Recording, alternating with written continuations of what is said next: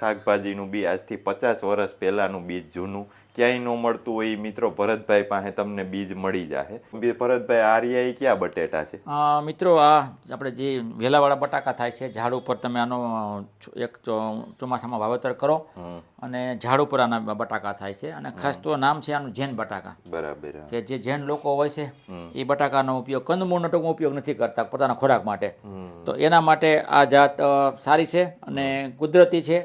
અને બીજું એવું છે કે આમાં થોડુંક સોફ્ટ એટલે ઓલે જાત આપણે બટાકાનો ઉપયોગ કરીએ છીએ ને ખોરાકમાં, એ બટાકા જાક નરમ આવે છે અને આ જાક કડક આવે છે। કડક હોવાનું કારણ કે ઝાડમાં થતું હોવાથી અને બધી ઋતુ અને અનુકૂળ લેવાથી કારણે થોડુંક કડક રહેશે, પણ જો કે આ સ્વાદમાં તો બેસ્ટ છે મિત્રો। તમે જોઈ શકો છો 400-500 ગ્રામ, 700-800 ગ્રામ એક બટાકું ઝાડમાં થાય છે મિત્રો।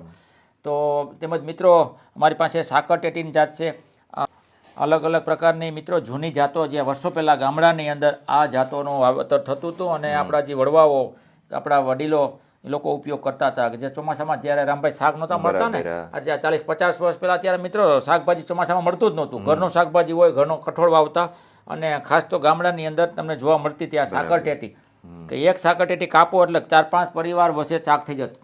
આનો સ્વાદ બેસ્ટ છે। જે મિત્રો શોખીન છે અમારી પાસે ઘણા બધા મિત્રો બીજ મગાવશે કે ભરતભાઈ સાકર ટેટીનું બીજ જોઈએ છે, તો એ મિત્રોને ખાતરના ઢગલાની આસપાસ વાવવાની અને ચોમાસુનો સમય જૂન મહિનામાં બેસ્ટ સમય છે કે એ મિત્રો મારા બીજ મગાવી શકો છો। અને મિત્રો આવું તો અનેક જાતનું બી છે ભરતભાઈ પાસે, કેમ કે 40-50 વર્ષ પહેલાંની જે જાત છે જૂની, કેમ કે આપણે નામ લેવા બેસીએ તો મિત્રો ભેગું જ નથી થાય એમ ટાઈમમાં, તો તમે જોઈ શકો છો એટલું બધું બિયારણ છે ભરતભાઈ પાસે। કોઈ પણ વસ્તુ તમે માગો એ તમને મળી જાય। અને મિત્રો ભરતભાઈને ઘણા બધા એવોર્ડ પણ મળેલા છે, તો તમે જોઈ શકો છો। મિત્રો મારી પાસે લગભગ 350થી વધુ જાતોમાં શાકભાજી, રેડ વનસ્પતિ, ઔષધિ ઘણા બધા બીજો મિત્રો બીજ હોય છે અને આખું જો કે અત્યારે તો મિત્રો બધા શોખીન થઈ ગયા છે। યુટ્યુબમાં મારા વિડીયો તમે જોઈ શકશો, ફેસબુક્સમાં દરેકમાં।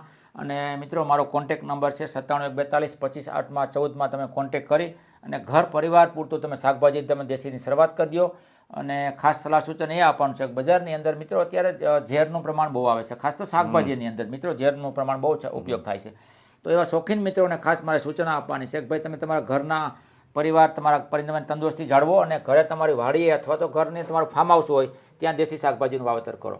તો મિત્રો તમે પણ જો આ બીજ કોઈ પણ જાતનું બીજ લેવા માંગતા હો તો નીચે ભરતભાઈનો કોન્ટેક નંબર આપી દીધો છે, તો ત્યાંથી તમે વોટ્સઅપ દ્વારા પણ કોન્ટેક કરી શકો છો।